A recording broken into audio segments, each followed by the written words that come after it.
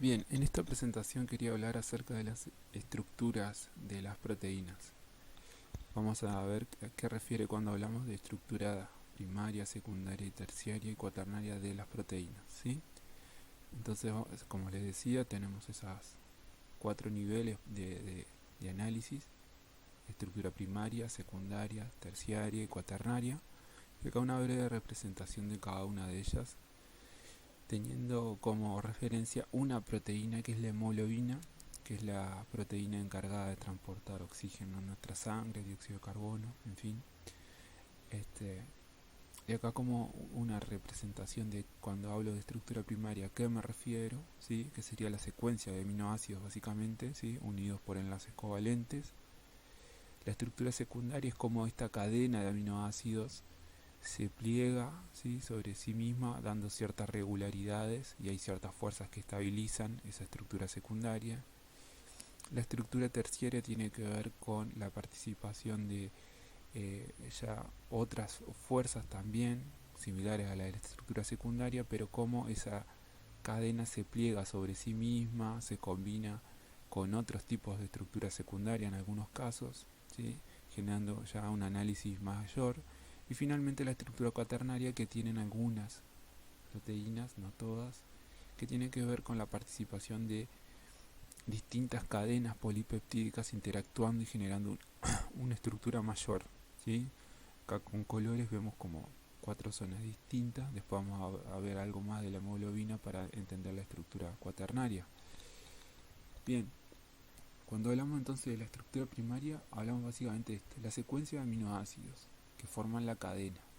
Y lo que son importantes en la estructura primaria son los enlaces peptídicos y los puentes disulfuro que se forman, ¿sí?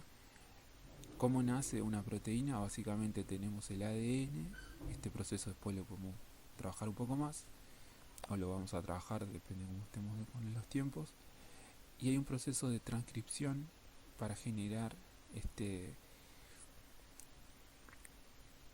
ARN. Sí, acá en el esquema no está muy bien. Lo que sucede en realidad es que esta cadena de ADN se comienza a transcribir.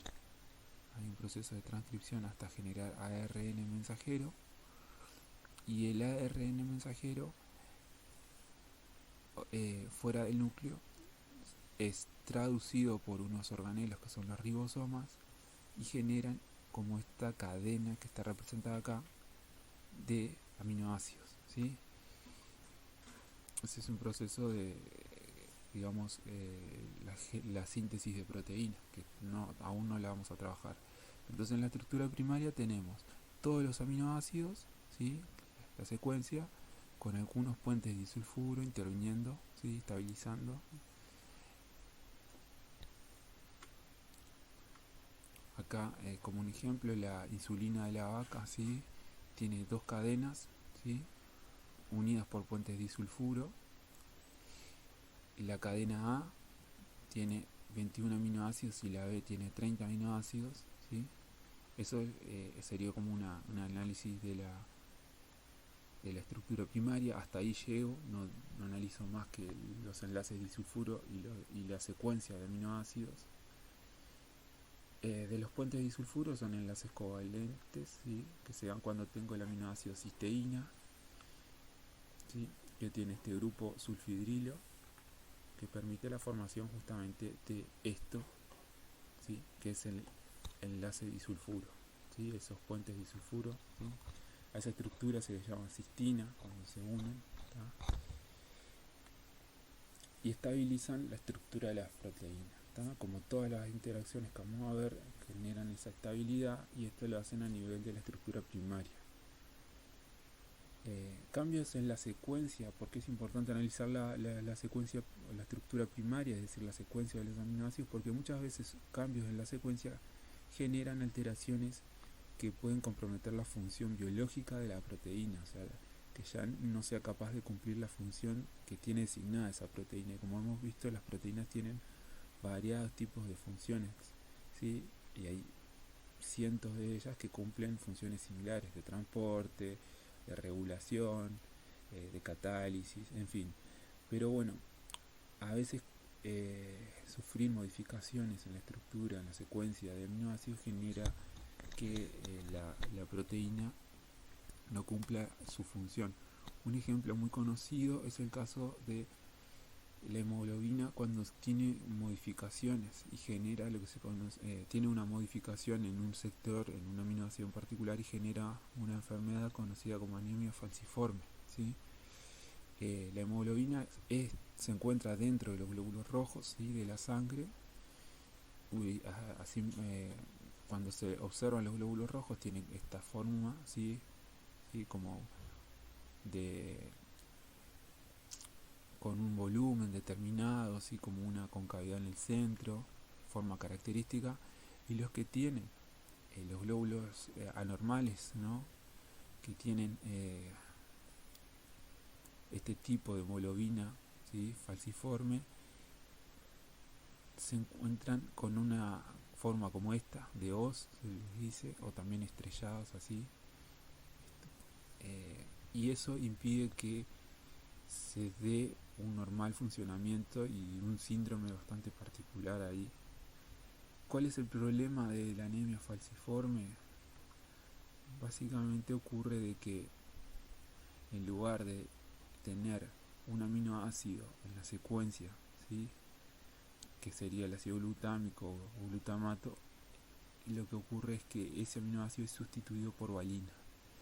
La hemoglobina es una estructura grande, es una proteína bastante grande, con 4 subunidades, 2 cadenas beta, ¿sí?, y 2 cadenas alfa, y en el caso de este cambio, ¿sí?, ocurre en las cadenas beta, ¿sí? Un residuo de valina sustituye al ácido glutámico en la posición 6 en la cadena beta,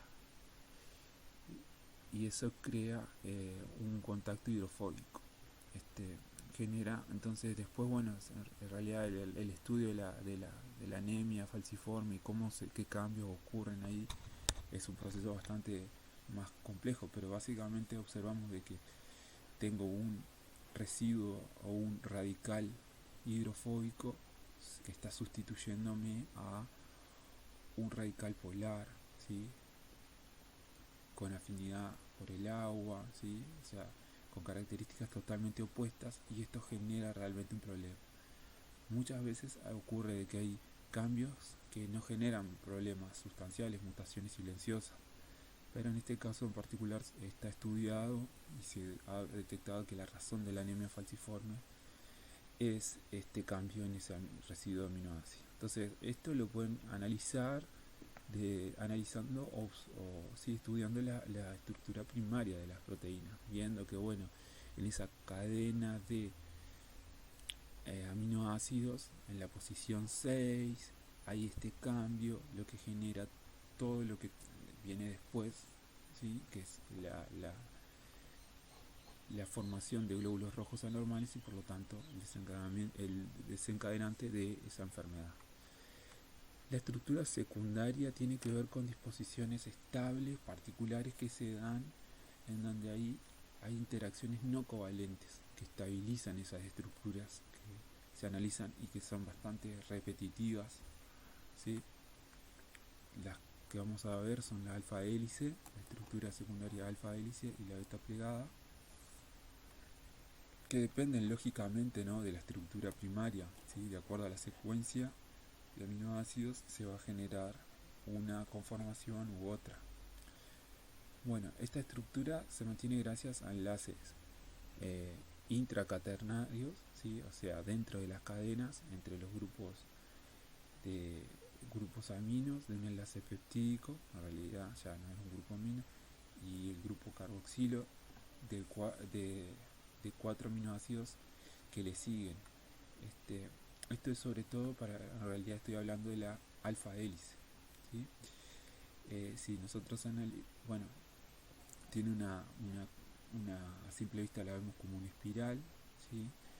Se enrolla sobre sí misma debido a los giros producidos en torno al carbono alfa de cada aminoácido. Se adopta una conformación denominada alfa hélice o hélice alfa. Esto que hablaba acá de los los puentes de hidrógeno, los enlaces, acá llaman enlace de hidrógeno, nosotros lo mencionamos mucho como puentes de hidrógeno, es esto que está acá, ¿sí? Que se da entre este de acá, sería este grupo de un enlace peptídico, con el de arriba, con este grupo de 4 aminoácidos, o sea que voy contando, voy subiendo como esta escalera y aproximadamente cada 4 voy teniendo este tipo de interacción. La alfa hélice entonces sería este tipo de estructura. Esta es una, ya la vimos. Si la veo de arriba, la estructura alfa hélice, puedo observar una representación algo así. Vieron, los radicales quedan para afuera, ¿sí? El tipo de giro, de extrógiro, eso lo podríamos explicar, después lo podemos ver. Después acá tenemos esta otra representación, es de lo mismo, ¿no? Se supone que cada giro de esto, lo que me dice acá, tiene 3,6 residuos de aminoácidos en promedio, ¿sí? Si yo de acá a acá cuento, voy a tener 3,6 residuos de aminoácidos, ¿sí? Después esta es la hoja beta plegada, ¿sí? Dice regiones de las proteínas que adoptan una estructura en zigzag, se asocian entre sí estableciendo uniones mediante puentes de hidrógeno o enlaces de hidrógeno intercaternarios entre, ¿sí? Las cadenas. Participan los enlaces peptídicos participan en estos enlaces cruzados, confiriendo gran estabilidad a esa estructura. Dice la forma en beta es una conformación simple formada por 2 o más cadenas polipeptídicas paralelas que corren en el mismo sentido o antiparalelas que corren en sentidos opuestos y se unen estrechamente por puentes de hidrógeno, ¿sí? Es como una lámina, ¿sí? Esa disposición no es como la otra que era como una escalera en caracol, ¿sí? Y acá hay como una representación, ¿sí? Una cadena que viene por acá, interactúa con otra y acá se estabilizan, ¿sí? Por puentes de hidrógeno. Enlaces de hidrógeno entre segmentos de la cadena, ¿sí? Los grupos R salen en direcciones opuestas. ¿Vieron? Acá por debajo de la lámina, acá por encima. Paralelas, todas las cadenas corren en el mismo sentido, antiparalelas. Esta va para allá, esta vuelve, esta viene para acá. La estructura terciaria, ¿sí? Es la disposición tridimensional completa de todos los átomos de una proteína, dada por las interacciones de aminoácidos alejados entre sí y en diferentes estructuras secundarias, y acá la estructura terciaria implica la actividad biológica. Ya acá con este nivel de análisis ya estoy hablando de una proteína que tiene una actividad biológica en sí. Es el análisis de toda esa cadena polipeptídica con todas las interacciones que tienen sus aminoácidos. Una de las cosas que dice que en una misma cadena de polipeptídica, o sea, de aminoácidos pueden estar interactuando, ¿sí? A pesar de estar alejados, ¿sí? En estructuras primarias o secundarias, ¿sí? Uno puede estar en una posición determinada y muchos aminoácidos adelante en la estructura primaria, sin embargo, por estos pliegues, por estas estructuras secundarias y terciarias y estas conformaciones pueden encontrarse muy cerca en cuanto a su distancia. Una estructura terciaria de la proteína implica participación de giros, y ahí hay localizaciones, ángulos. Las estructuras secundarias a través de interacciones no covalentes y puentes de sulfuro.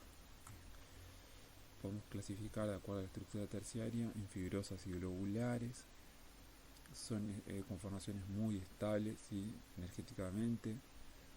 Y las fibrosas son cadenas dispuestas en hojas o en hélices, en general solo tienen un tipo de estructura secundaria, y las globulares tienen otra forma más atmosférica, globular, y en general tienen varios tipos de estructuras secundarias presentes. Hay dominios, son regiones dentro de esas estructuras, ¿sí?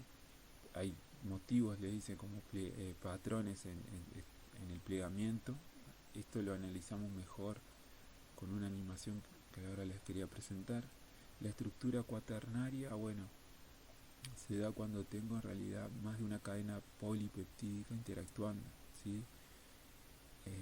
Dos monómeros, ahí estaría hablando de un dímero, un trímero, si serían tres monómeros y así sucesivamente, homodímero, homotrímero. En estos casos estamos hablando de que los monómeros son iguales, por eso viene el prefijo homo, ¿sí? Por ejemplo, dos cadenas iguales interaccionando, tres cadenas iguales interaccionando entre ellas. Y hetero tiene que ver con que esas cadenas sean distintas, heterodímero, heterotrímero, ¿sí? Cuando hay monómeros diferentes. Las fuerzas que estabilizan la estructura tridimensional es la cuaternaria.